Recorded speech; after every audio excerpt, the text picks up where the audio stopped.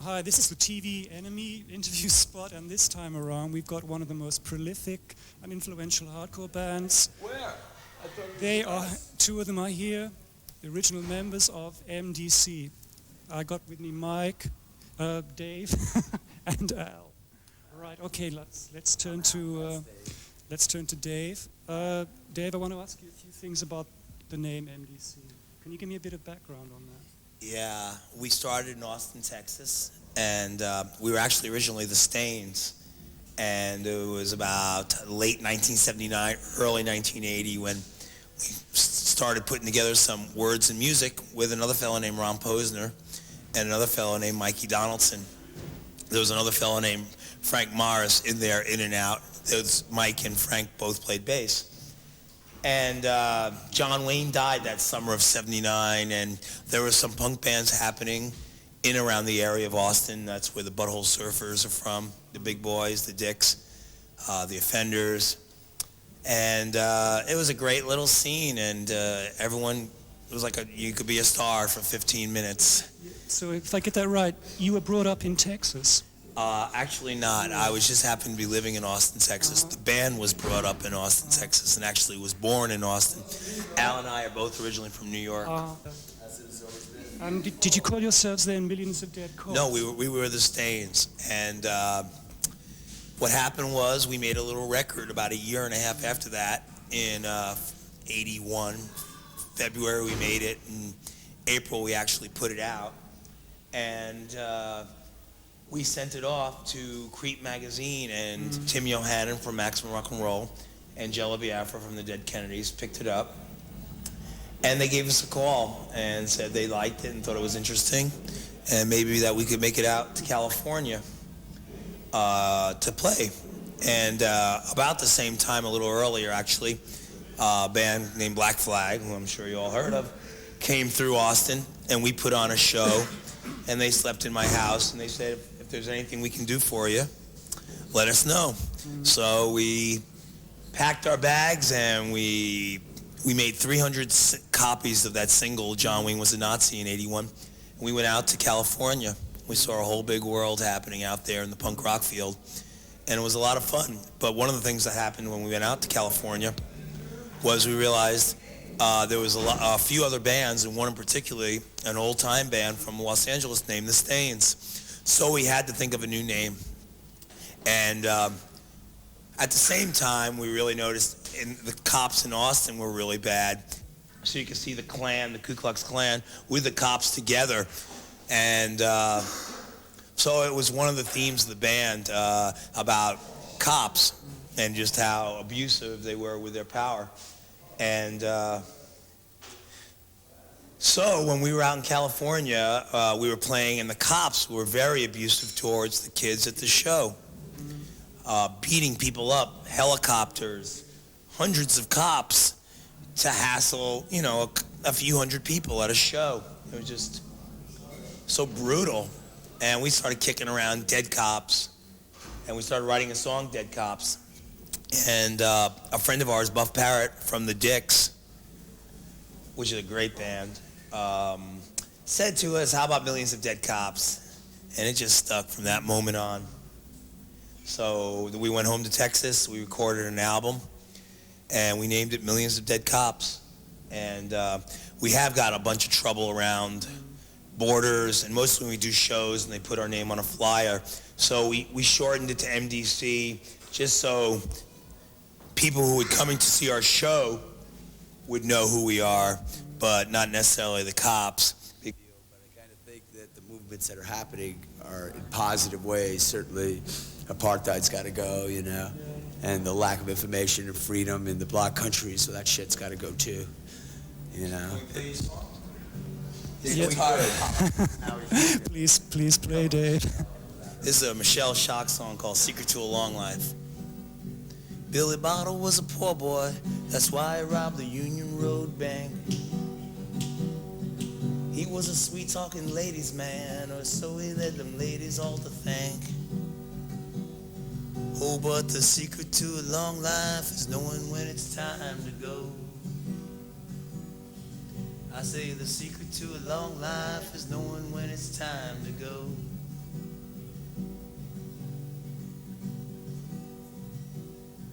Oh yeah, well that posse started riding, and Billy started hiding down south.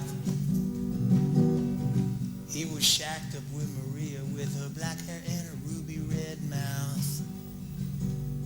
Oh, but the secret to a long life is knowing when it's time to go. I say the secret to a long life is knowing when it's time to go. Time to go.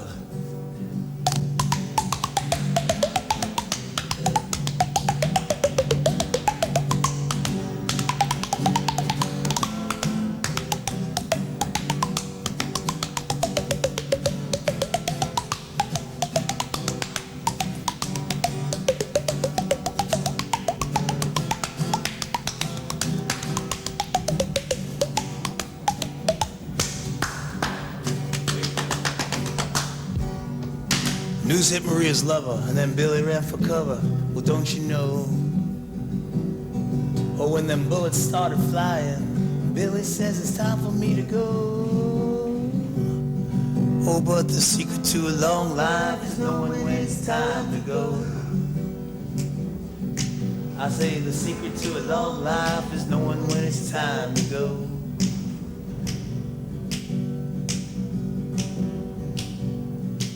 Billy lives up north where the sands and the badlands do blow. But in his dreams he's still south with Maria in the ruby red lips. Oh, but the secret to a long life is knowing when it's time to go. I say the secret to a long life is knowing when it's time to go. Say the secret to a long life is knowing when it's time to go. I say the secret to a long life is knowing when it's time to go.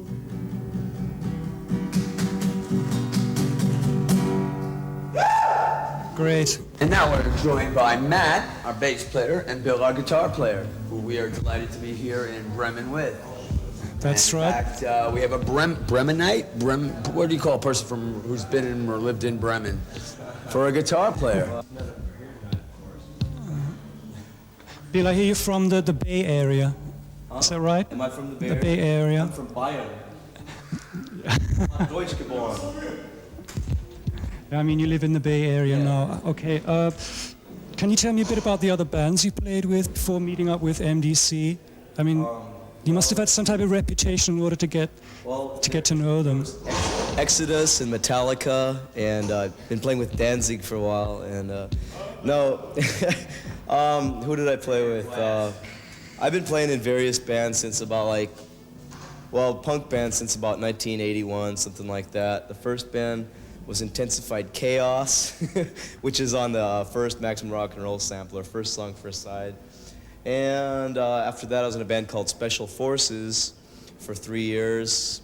And after that, I played in Fang for 3 years. And that's how I met people in Bremen, was our first Fang tour. Played in Verbal Abuse on VA Rocks Your Liver on that album and played gigs with them.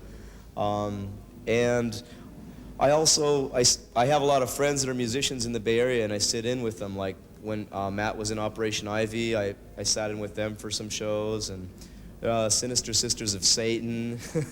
Well, Christ on Parade, I'm on one song with a record with them, and that's most of them, I think.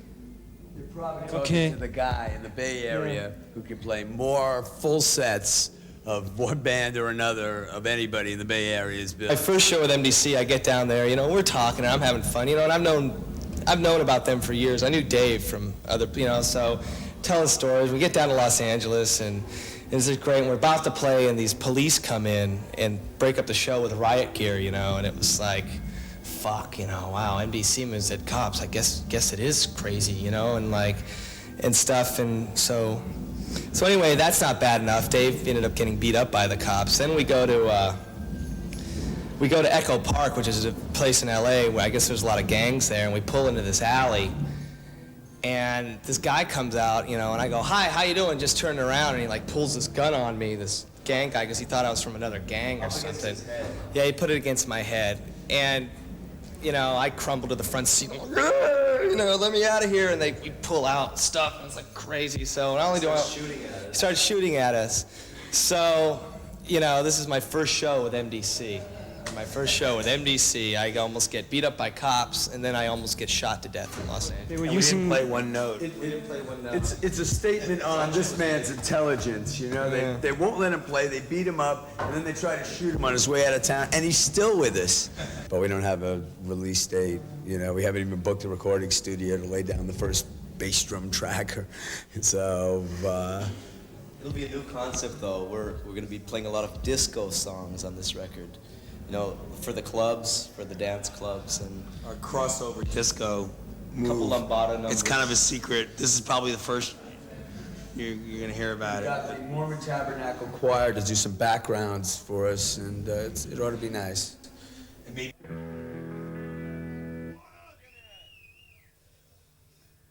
Your enemy of mine. Who can spell with me? It goes, its cops are so stupid. And change us like the KKK. A bunch of fucking idiots. And then a Nazi too. Well, H, its cops will hate you. Well, E, it's your everything. Cause A, you're such a fucking asshole. And D, disappearing. No way. Pop up, pop up, pop up, pop up, pop up, pop up, pop up, oh, skinhead. We really hate you so. S, his cops are so sorry. The K, you're a knucklehead. I, for isocracy. And N, you're not really cool. Well, H, his cops were hoping. E, each and every day. And A, Jelly Craig, anarchy. Someday, but God lost me.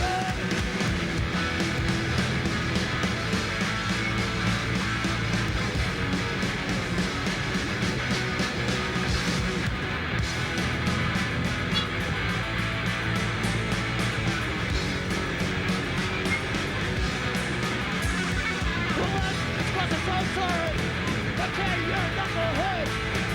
Why? Cause I'm toxic, and then you're not really cool. Well, that's what hate you. You should have heard you. Hey, cause you're a fucking asshole. And then you disappear and go away.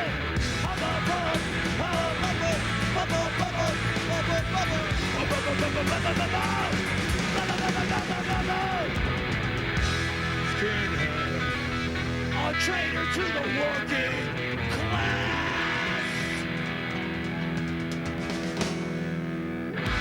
Lambada.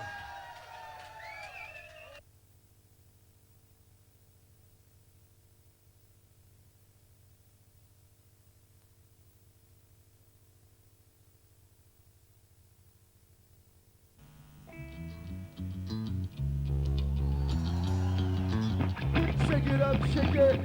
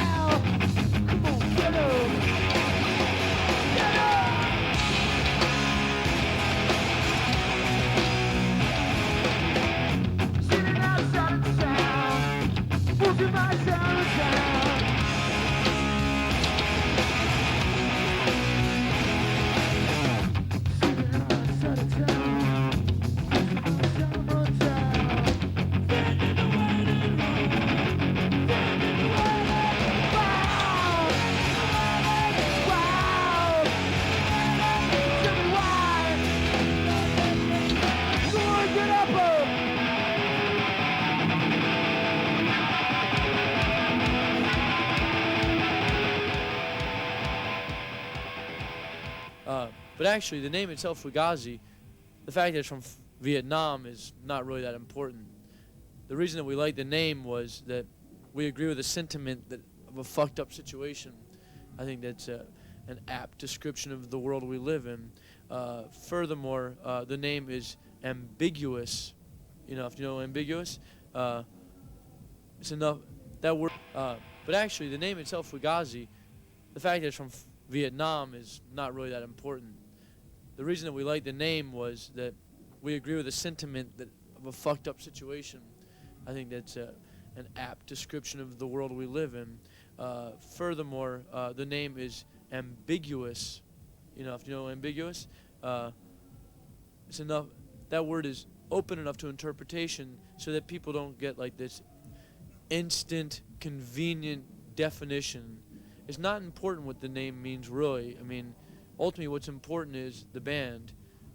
Names do not make bands. Bands make names. It's not something that we planned for, that has like some formula or structure. It's just what we play, and it doesn't. There's no definite message you want to get across. Perhaps say. Of course, the message is the band. That is the message. Is that perhaps self-awareness in people hearing Fugazi? I think that we feel that we understand a band is simply a band. And the message, of course, every song has thousands of messages in it. When we write lyrics, sometimes we have like feelings that we're trying to put across. Sometimes we're not trying to put across anything at all, and that's a feeling in itself. That is a message when you're trying to be completely nonsensical. Your music has become quite popular in discos, along with, say, Bad Brains or Jingo de Lunch. Does that really surprise you? Well, it surprises me because I've never been to a disco and never been to one where they played Fugazi. It's very different here than it is in America, so, Well, over here, are you coming to terms with your acceptability of a mixed audience, that these days punks and rich kids and skaters and hardcore fans all turn up for a Fugazi gig? Well, it's not that big of a deal for us because it's been like that in America all along. So, America has always had particularly in Washington D.C. I mean, those kind of categories just don't really apply in Washington D.C. People are people, and it's been so blurred in our area for so long that it almost seems stranger to come here and only have one kind of people show up.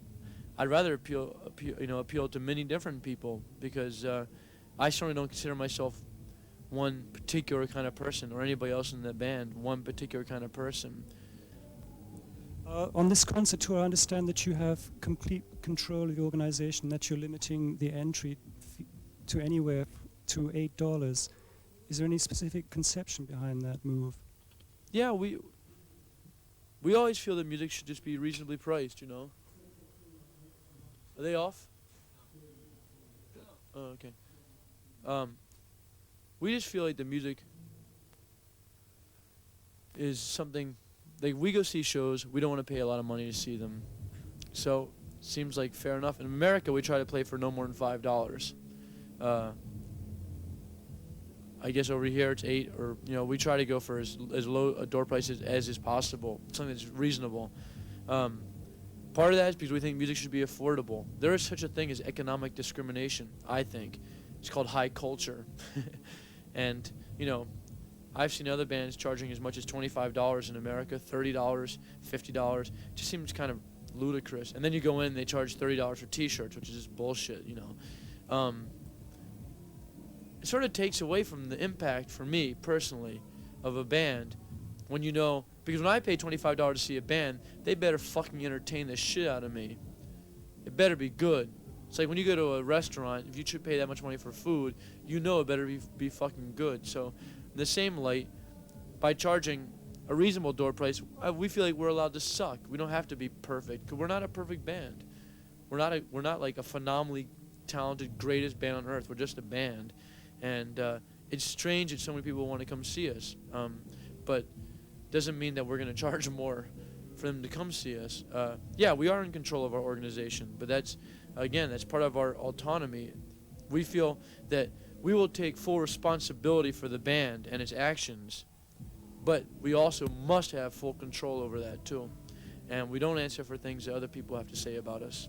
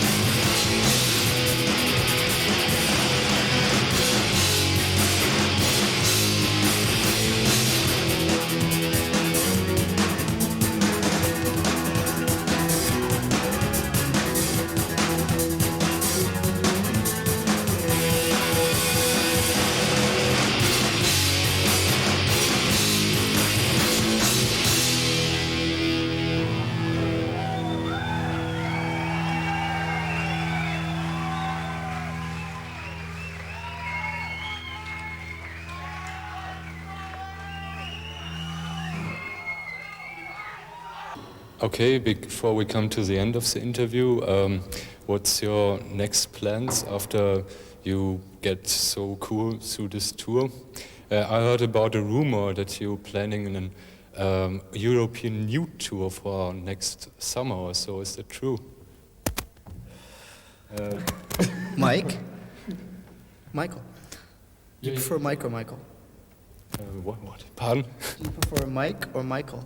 Oh, you can name me Mr. Video Guy or so. I don't care, yeah, or Mike. Mr. Video Guy, where did you hear this rumor? You didn't hear this rumor from me, did you? No, not directly. It was around your fan groups in Germany and so, fan clubs and things, and yeah. But I heard about this concept, like some new experiences in rock and roll shock or so. Like as a band concept. Well, we're going to shock them. Uh, yeah, we're playing for the Hindus, right? We're gonna sacrifice a cow on stage for the next tour. Well, we like it to be melodic. Main thing is that we enjoy playing it. Sometimes we like to be very special and soft and beautiful. Insensitive, loving, caring. Flowers? Love your fellow No man. flowers. No flowers. 100% cotton sheets. And sometimes we like to be brutal. Unrelenting, overpowering, overbearing, rip the legs off your torso, attack. Well, I like to go out and axe murder children in the park. That's not true. When I go home, I'm going to be an interior decorator. Very serious. You got special plans for next future, like New Year's Day or so?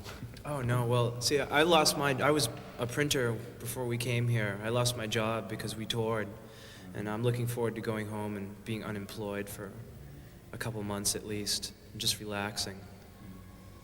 In America, people watch MTV a lot. Yeah, to a certain degree. Underground music is really underground. And then bands get signed to major labels and they want to get big. It seems in Europe, there's just a really good scene for music all throughout Europe. That has nothing to do with the radio or MTV. It's just people that buy records and slam. Yeah. I don't know, I don't think we think about influences when we play now. No, Not we at all. just play what We have we our like own to do. sound. And we think in terms of moving target songs. How it feels to us. If we enjoy it, then that's the only criteria, really. Yeah, I mean, It has to be that's- good to us. That's pretty much why we do it. We do what we like to do. We're not trying to mimic anybody or rip anybody off, or we just play what feels good to us. So I think that's but that's good because I think it makes us somewhat unique, and also what's really good about it is we're making ourselves happy. We're not like trying to Making ourselves. No, I mean, we're not trying to market ourselves and become famous or try to have write songs that sound like this because we think people are gonna like them. I mean, we just do what we like to do, and it's genuine. So when did you join the band, and under what circumstances? Well, I started playing bass with the band, I think it was in, the spring of 1986, was it? I think it was shortly after Yes. Burning in Water was recorded. Yes. And for one reason or another, he had some problems with Pat Leonard. Yes, I remember that. Yeah, and you asked me to play bass because I had known you for 3 years. We'd known each other quite a long time. Yes, we played in another Played some band. music. What was the name of that band? Smash Pattern. Smash Pattern. Yes. Who was in the band? Scott Town, right? Scott Town was playing bass.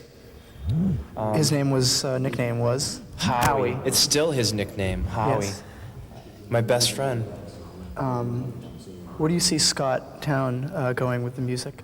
Did you buy his bass? I heard you recently bought a bass guitar from Scott. Yeah, I've been playing his Fender Precision here in Europe, and it's a great bass. I mean, I think it's good that I bought it because I don't think he'll ever be. Very nice bass. Okay, Chuck. We enjoyed speaking with you. Thank you. Thank you. Thank you. Thank you.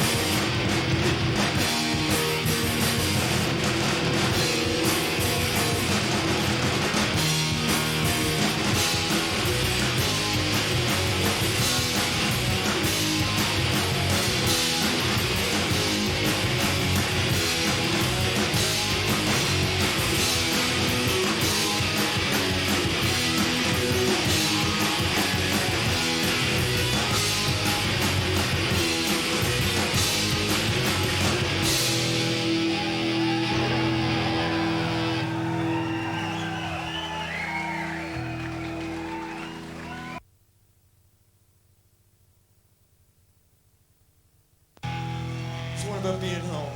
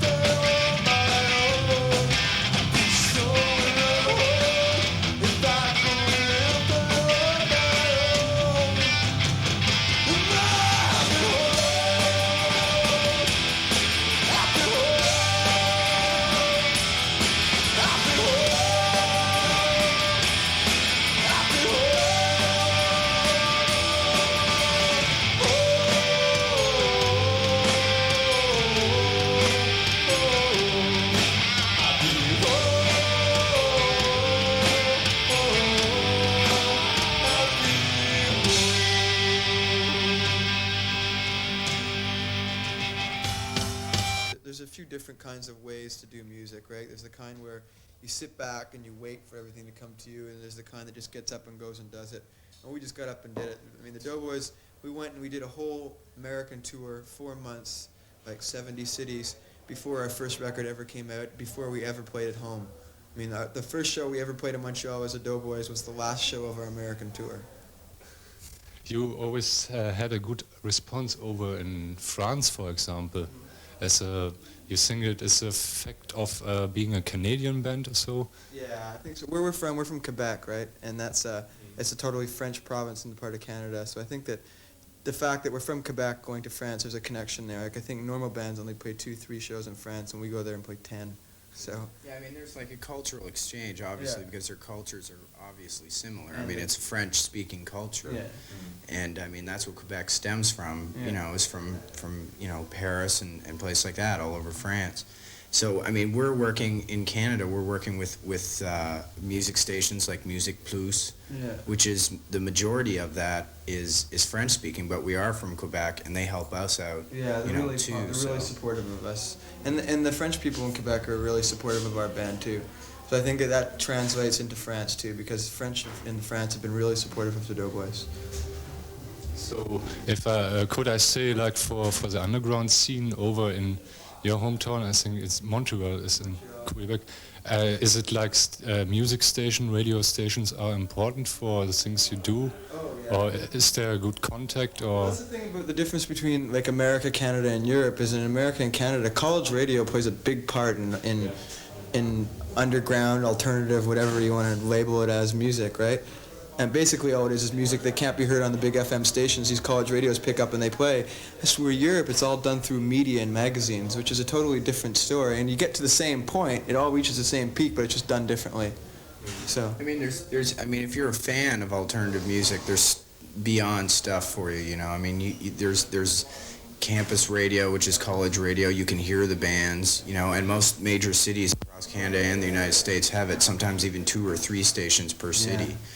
Whereas you guys have all these magazines, and you can learn about bands that interest you and stuff, which is great. the thing about American or Canadian college radio is it used to be that, like I said, the place would play records like the Doughboys where FM stations wouldn't. But now all the major labels are seeing that, and they're coming in and they're laying the bucks to these college radio stations, so I think they're swinging a little more to the bogus end of it, if you ask me right now.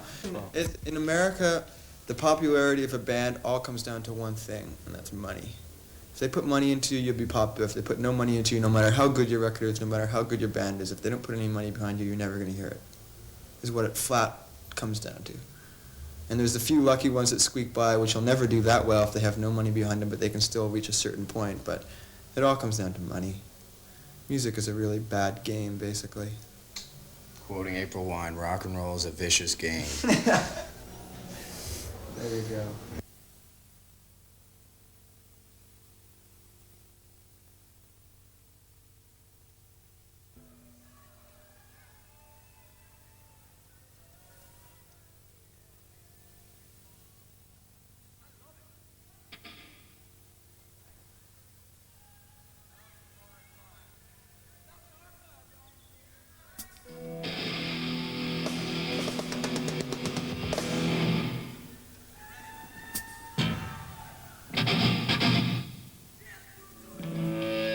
1,000 times blind.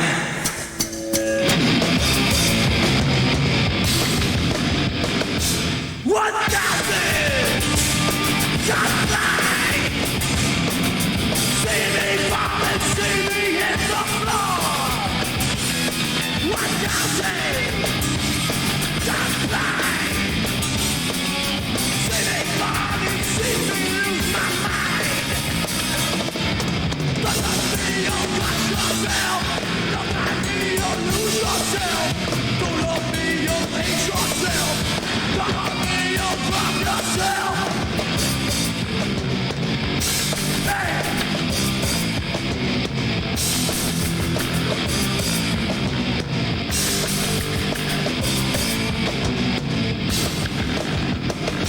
1,000 times blind. See me fall and see me in the ground. 1,000 faces looking back at you. 1,000 times blind. I open my eyes, I can see myself.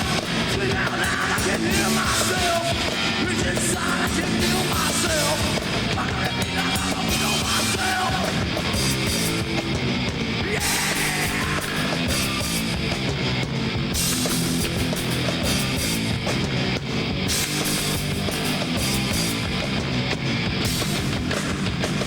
Fuck it up!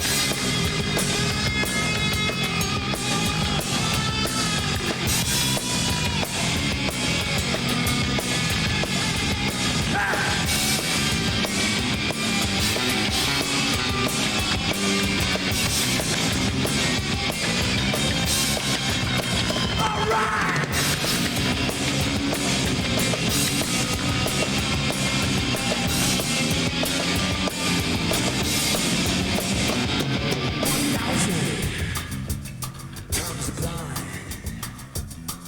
I get cut off from myself. Smashed and cut up 1,000 pieces. 1,000 times blind. Don't let me, oh cut yourself. Don't let me, oh lose yourself. Don't let me, oh hate yourself. Don't let me, oh drop yourself. Yeah!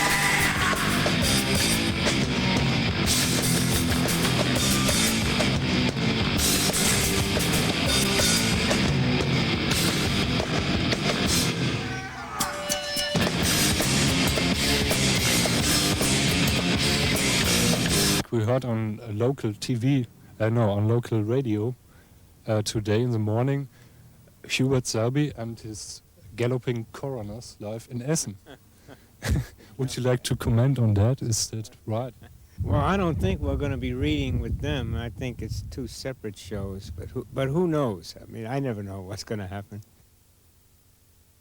Well, I really love Henry. He's a gasser. You know, I mean, we have a great time together.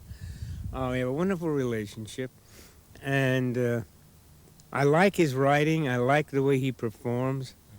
I like him as a human being. He's really a great person. Did you ever get in touch with his music also? Is there like a connection you feel? Or? No, I haven't. I'm not familiar with his music, other than I hear it's very loud, and they do a lot of fighting.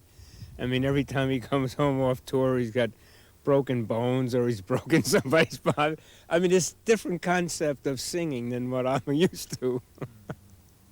So was it you were on tour with him on readings with also Lilia Lunch? Was she the third person? We did a few shows together a couple of years ago. We did a few shows in Los Angeles and one in San Francisco. That was a lot of fun too. So as I watch out to them, what they write, and so it's pretty much underground, I think. Is there like you're a little bit with your person sponsoring this thing or so?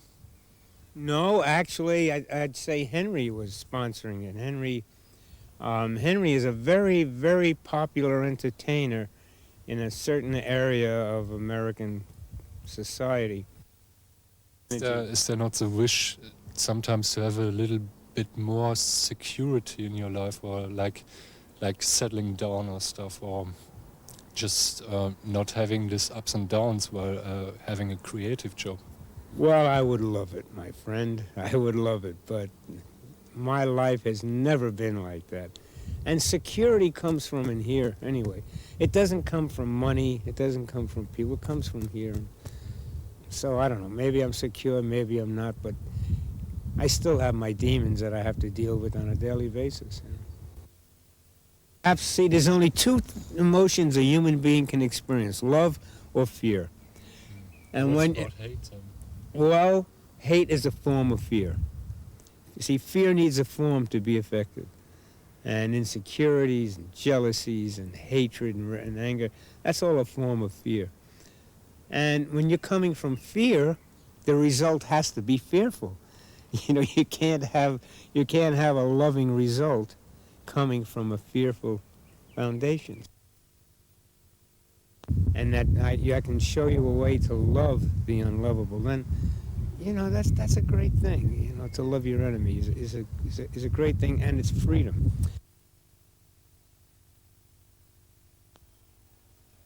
AJZ, but I guess it will do, huh?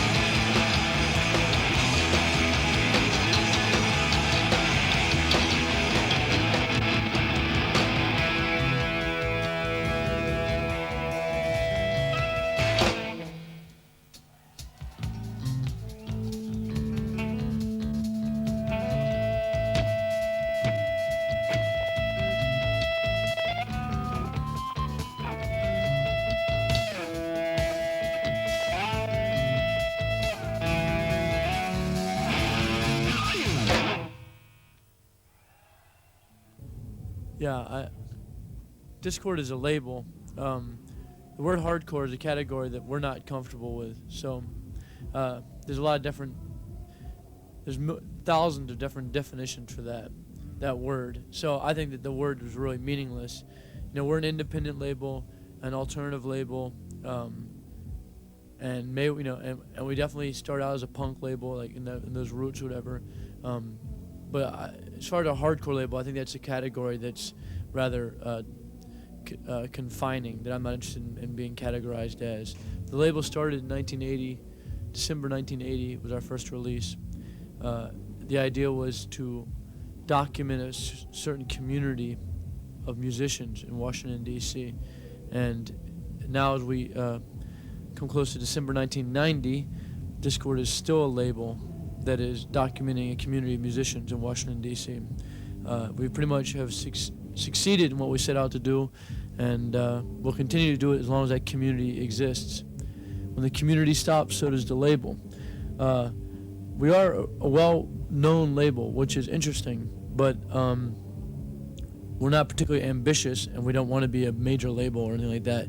We want to do what we set out to do, and like I said, we'll do that until we're done. I don't know what you mean by logo, but I'll take your, I don't know.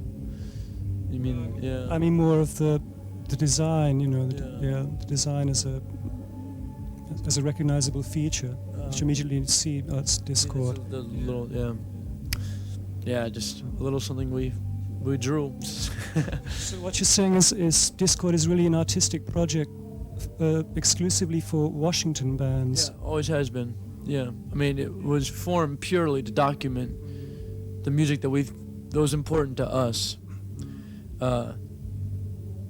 And part of the hope in that was that other people in other areas would also document the music that was important to them. Punk rock started out in America as a very regional thing. And there was different cities and different styles of music and different sorts of dancing and so forth. So we just felt like we should document Washington, D.C., which we thought was rather important because that's where we lived. And there's a lot of reasons for doing this. One of the main ones is that we deal only with our friends. We don't have to rely on business contracts or anything like that.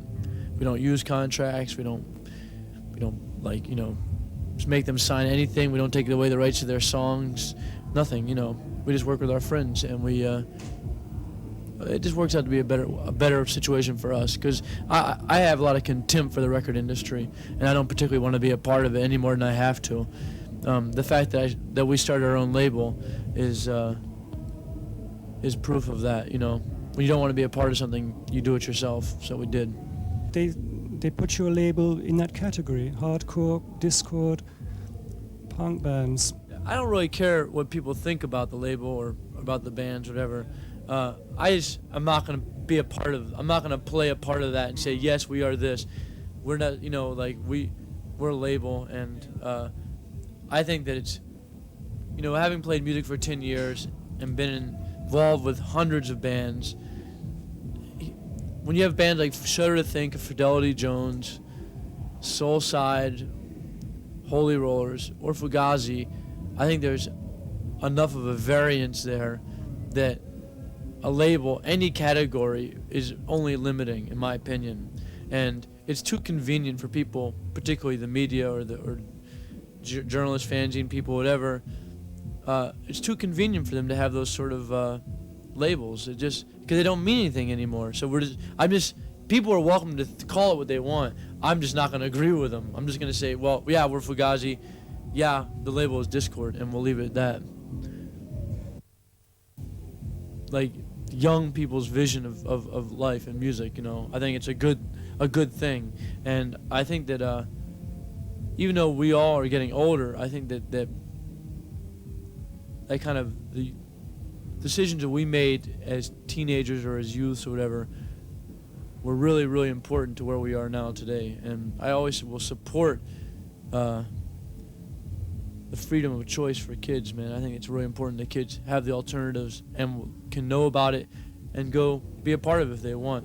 To go to the underground. I think the underground has always been a breeding area for true creativity where people can do what they want to do and not have to follow necessarily sets of rules. Although there are plenty of rules that can be sort of applied, such as categories, but we'll ignore that for now. The underground does offer like a lot of potential, and I hope that I always will support the underground. A specific question regarding Discord Records. Have you ever thought of using the label as a mouthpiece, for instance, for exposing political repression, as you often sometimes find on other underground product? I would say that first off, that anything you do, particularly anything you do part of an alternative community, is ipso facto a political statement and expression. That's not necessarily to be confused with politicians and necessarily political groups. It merely means that to exist independent of the mainstream is a political feat, in my opinion. If you're familiar with the label, you would know that we did release the State of the Union album, which definitely was, I'd say, rather explicit.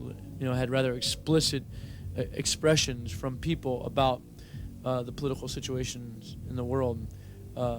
We find that the creativity we leave to the bands. If the bands say something, then we will support them in what they have to say. The label itself, again, is only a vehicle for this stuff to be released.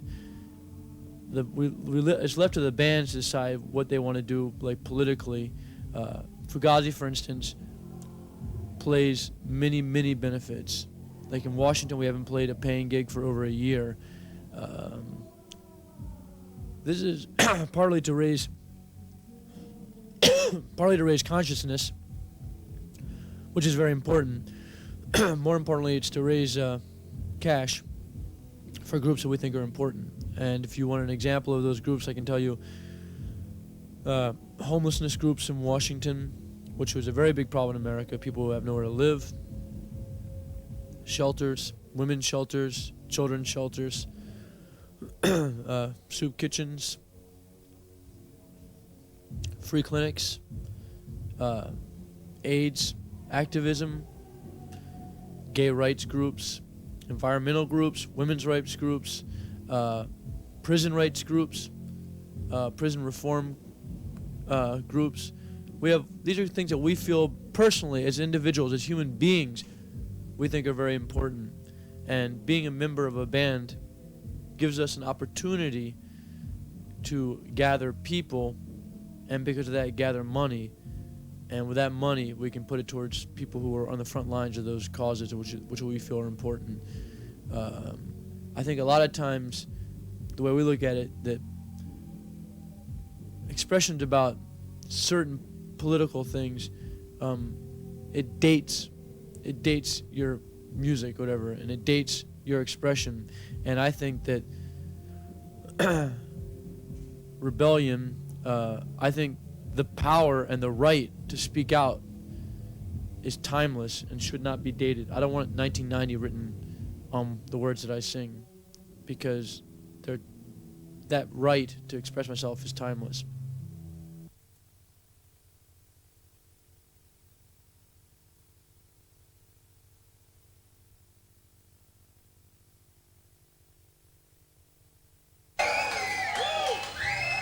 feast with the motherfucking beast. Stop squirting on me.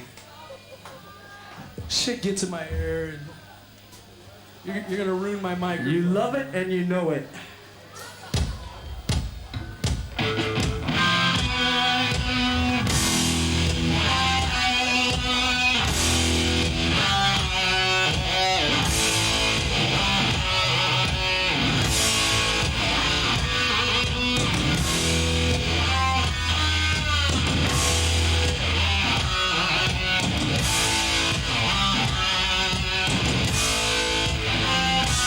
Let's get high.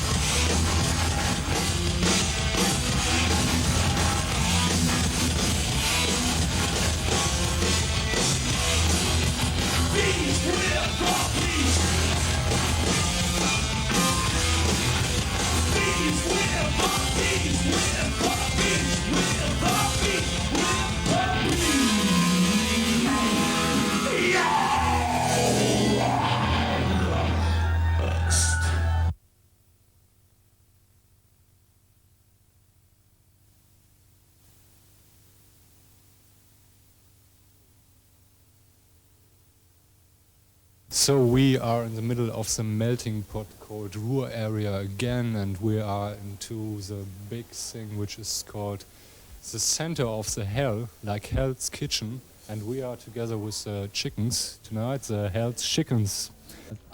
Well, in respect to the chicken aspect of the band, excuse me. Oh, well, one day, well, since we had decided on the name Hell's Kitchen, and I decided, can you wear my shades? To finish the question about the chickens, I sat down at a party one night and I wrote some lyrics for the song Hell's Kitchen. And the topic, the thesis line, the line that was the focus of the main gargoyle? The main universal impact of all the flowers and the sunlight. No, forget that. The birds and the bees? Anyway. And the trees and the flowers? How long you did work on that concept? The concept the concept took me about 3 minutes actually. I sat down, I wrote the lyrics, and the final impact of that song was the line, "Crucify the chickens on the cross. I throw them in the oven and I show them who's boss." Excuse me, time out. It's shove them in the oven, not throw them. I shoves them in the oven. shove. He writes the No, lyrics. wait, no, doesn't wait, even no, it's toss. No, it's not toss. Wait, I hurl them. No, it's not hurl. I catapult them. No, wait, no. Does this set the girls really on fire? Does it set the girls on fire? What was the question? It should. Grills on fire. Yes. Shuts the girls. No, we don't set girls on fire because that's sexist, and we are a non-sexist band. What you tell me? Everywhere. We don't believe in sex at all. We've never had sex. We are all virgins. We've never had sex. We are never going to have sex. Sex is evil. Don't ever have sex. Don't ever make love, because we are a non-sexist band, and we don't believe in this. Women are good for friends. They're great companions, but sex is evil.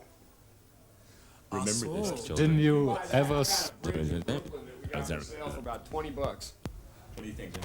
I think Greg should shut up. Right. Yeah. Yeah. It's with next question anyway. Did I screw that question up adequately? Yes, you did. Or You what? confused it. I don't even know what it is. As far as chickens go, they're cool. We like them. Okay, that's the answer. Hey, if you can't take the heat, The answer is Did you ever had the idea like faking sex, having joy in that? So. Faking sex. well, What? we do have a stunt What's- stunt man that comes in every What's once the use in a of while. faking sex? Sex is evil. Artificial or Or otherwise. Yeah, artificial or otherwise, sex is not to be messed around with. Procreation is a good thing, but it should be done with test tubes and vials and petri dishes. Thank you. Sex is evil. Orgasms, forget it. What are we talking about? Okay, we're going to stray from the subject now. Can we start over? We're going to stray from the subject a little bit. Luke, do you mind straying for us? Luke's the main strayer in the band. This is your job. This is my job. Bang your head until you're dead. Bang your head. Bang your head until you're dead. Bang your head. Bang your head until you're dead. Bang your head.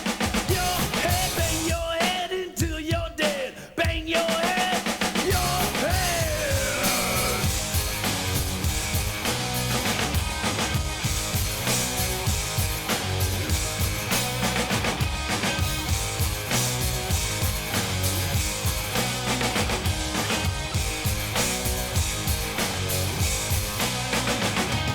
Monster metal, heavy shit, fast and loud is what you get. You are pavement, I am tread. Bang your head until you're dead. You can knock us from our thrones. Sticks and stones won't break my bones. I'm a stupid metalhead. Bang your head until you're dead. Bang your head until you're dead. Bang your head. Your head.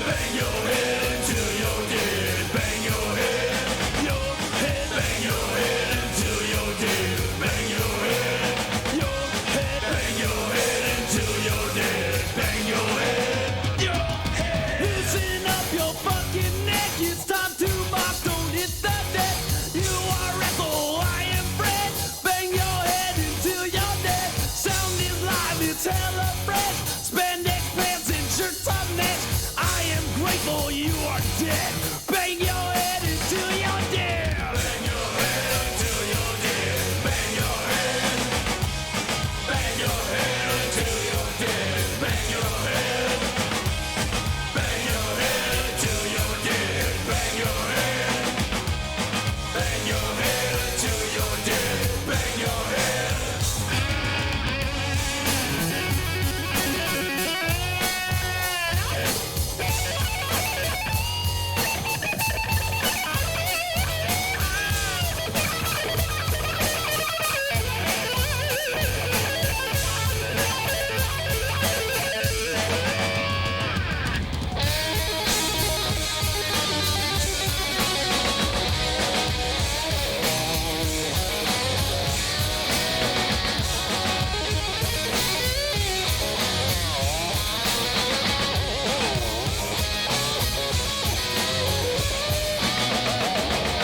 Bang your head until you're dead. Bang your head.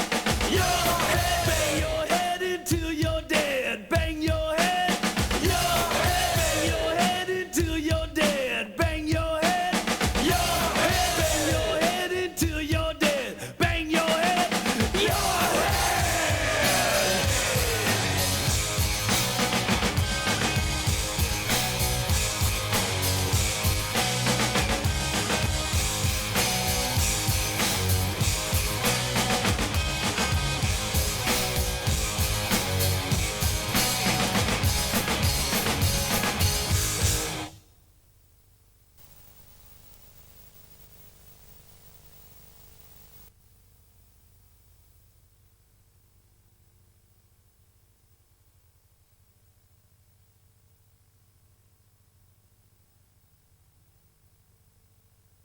Yeah, I played accordion in a polka band for about 2 years. Mike, you want to field that one? Mike did covers for about. I did covers for 16 years. What type of cover? That's right, you used to play in a lounge act. Mostly Frank Sinatra, Benny Goodman, some just Billie Holiday, some stuff. I could sing Billie Holiday like you wouldn't believe. Go for it. I got a sore throat. Oh, okay. I roadied for Madonna. We are the first California American We're chapter the of first band the in Spirit all of family. America to be representing the Spirit family from Hanover, We're Germany. proud of that. We are actually really proud. Notice his intense Big hello. gesticulation. Big hello to the Spirit family. Yes. La Familia Espiritu, for all you Spanish-speaking people in the audience. And I know another German word, Fump. Okay. There's a rivalry between San Francisco and Los Angeles, a musical rivalry. That's ridiculous. We're all we hate LA And they hate us. No, There's they no love rivalry. us. There's no rivalry. We just hate them. LA simple, is plain, just hate them. LA is just jealous because San Francisco is so much better. We're bigger. We have more fat people in our bands.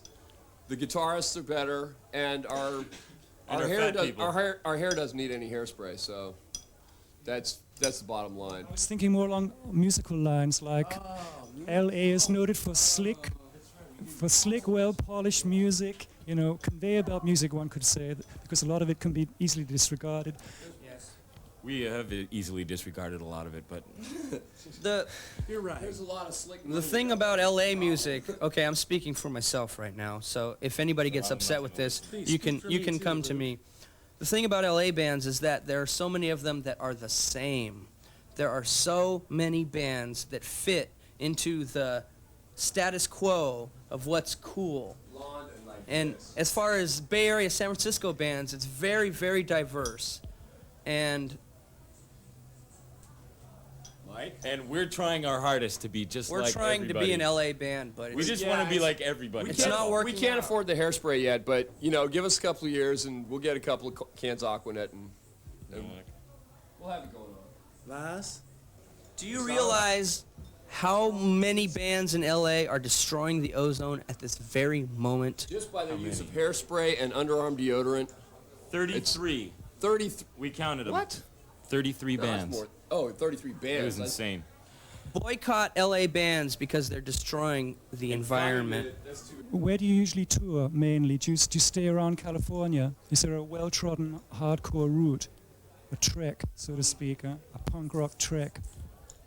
There's this path going from here to the liquor store at our house, and there's a lot of punks that hang out on it, and we play at our house, and then we go to the store. If you go to the gas station on the corner and you hang out for 2 or 3 hours, you can usually bum enough money to get at least a six-pack, Yeah. maybe a 12-pack. Easy. Do you all live around the same block or street? Or back in the Bay Area? house, maybe? Yeah, the same toilet. We all share live the in the same same- toilet. they live- Well, Met we him. don't really live together. We live together. We live in the same house, but We don't sleep together because sex is evil.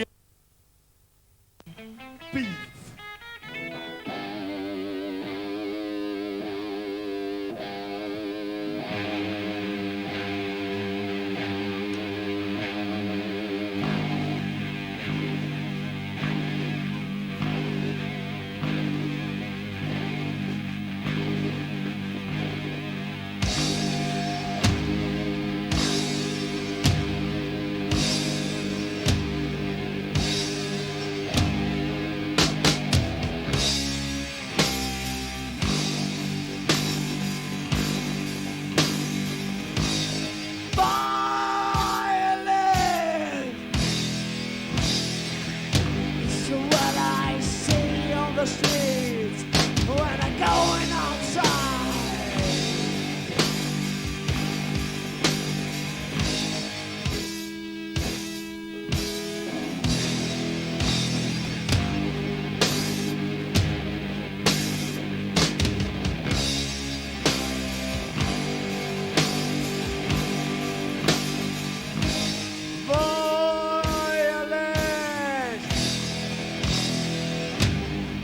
When the Pope is kissing the ground, when the chills are starving.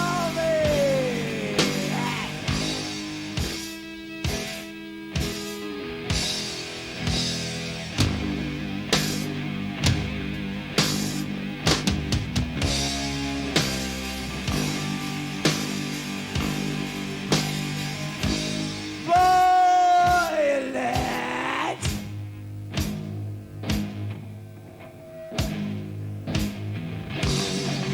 I hate people when they kiss in the ground, and I hate Reagan when I shoot with the army.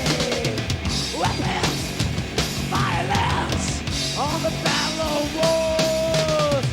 Violence, weapons on the battlefield. Finishes war.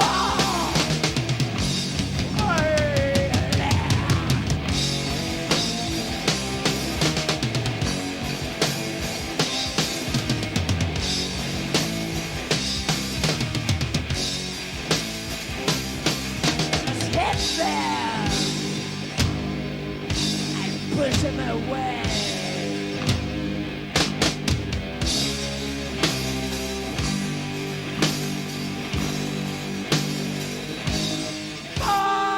Violence! And the child's are starring on a new dress, expensive enough.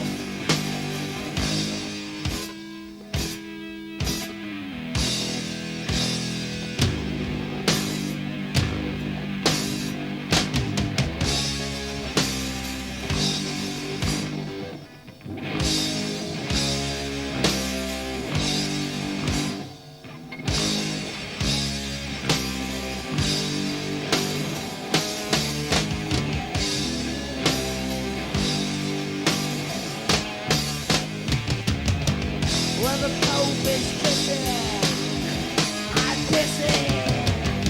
When the Pope is kissing, and the children are starving. Violence, and I hate all these religious wars.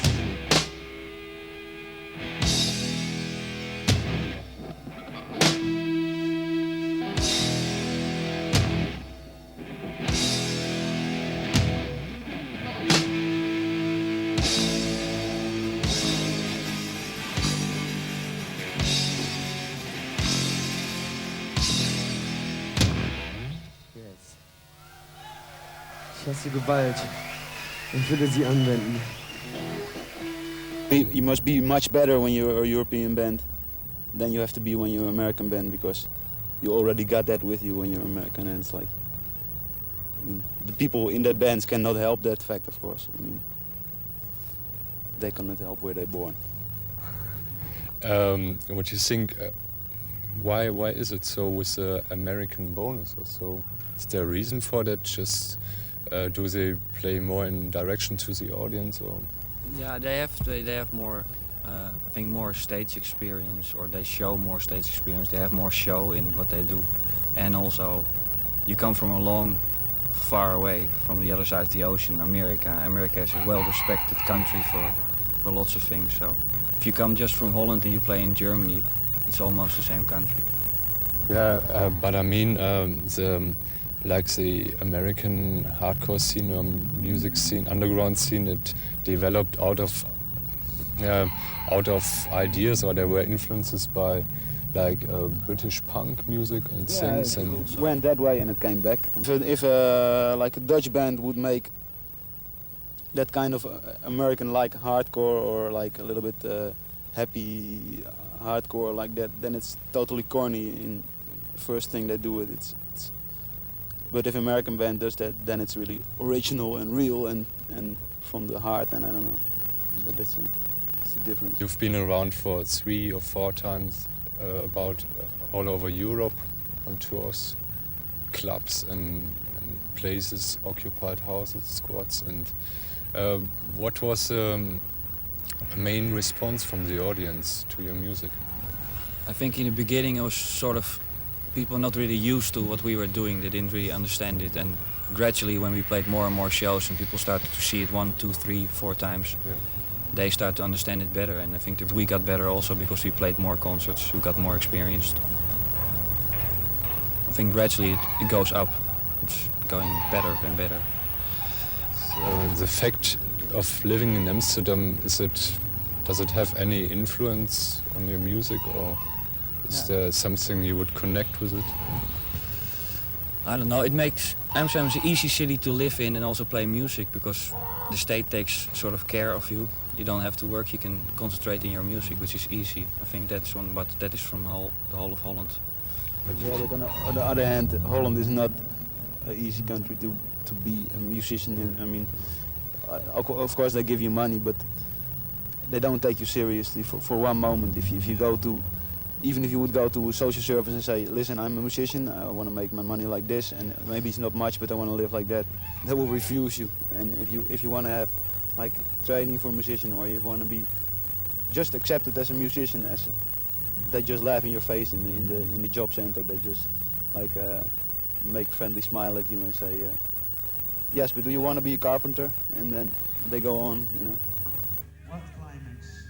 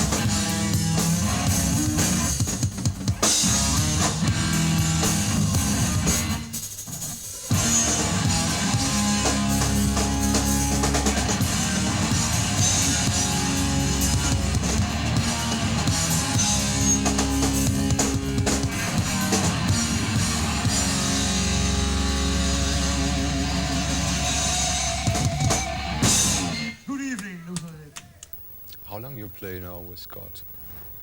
Well, I've been playing now for 3 months. Well, it's a little bit fast, so I'm really practicing and I have to rechange my style a little bit. Because before I was playing more like blues and things like that. And you also singing now, taking the vocals? Yeah, I sing now, I think 4 numbers on the new album. Maybe I'm gonna sing more, don't know. So, Michael, it's even more influences now, as seen from the musician side. Yeah, I think so. We have got a lot of new things. Also in the new record, you can hear the more influences. I think it's now we get everything going together. We know each other by playing. Things coming together very well. Lots of influences. You're also experimenting with some studio effects now, bringing in some special atmosphere. Yeah, some psychedelic atmospheres in it now. It's I think it's a good mixture with the other rock, steady rock rhythms. Yeah. There's more mixture in it. It's more kinds of styles in the music.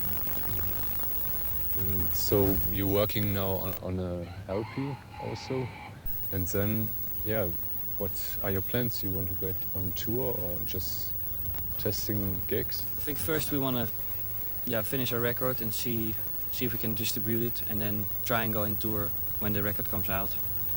So we can do some promotion in Europe. That are our plans. We don't know about any tours yet, but I think it will be possible.